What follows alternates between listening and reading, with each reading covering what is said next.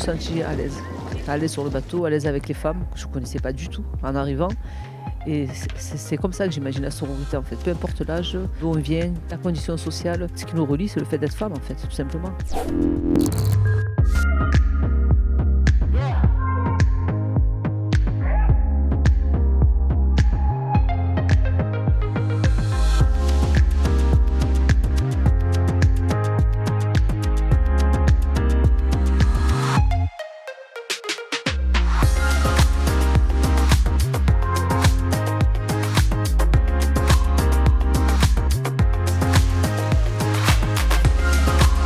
Il y a un petit peu de vent de sud-est, du coup on va aller se cacher. On va commencer par l'île de Riou et ensuite on terminera entre Jare et Jaron, toujours au nord.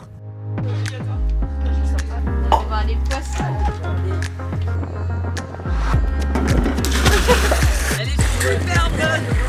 Le projet Nous sommes la mer a pour objectif d'embarquer des femmes de Marseille qui n'ont pas du tout accès à la mer d'habitude et de les mettre toutes ensemble sur un bateau pour se rencontrer, échanger entre femmes dans un environnement safe et découvrir aussi Marseille depuis la mer.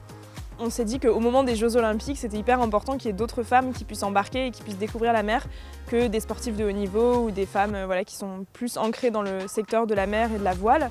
On croit vraiment au pouvoir de la navigation en fait, comme catalyseur pour engager les gens, pour vraiment donner envie d'agir pour le milieu marin, pour créer aussi cet esprit de sororité, cette notion de communauté.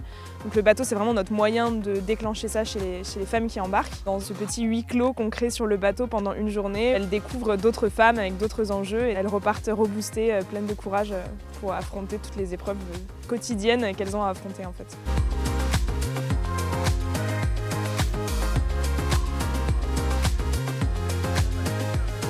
Je suis venue avec 5 personnes de l'association, donc dans le cadre du centre d'hébergement d'urgence, dont une avec son bébé de 2 mois. L'objectif, c'est de les faire sortir du centre, essayer qu'elles découvrent autre chose que les 4 murs et nos bureaux dans lesquels on fait les démarches administratives et qu'elles puissent créer du lien social entre elles, du coup hors CHU. Je suis vraiment contente parce que j'ai pu découvrir les hébergés du CHU avec lesquels je travaille tous les jours autrement. On a notamment une hébergée que j'ai vue sourire toute la matinée pendant la sortie. J'étais vraiment contente de voir enfin qu'elle était heureuse. Elle est bonne ou pas ? Ressens la connexion à la mer. Prends le temps de ressentir cette paix intérieure.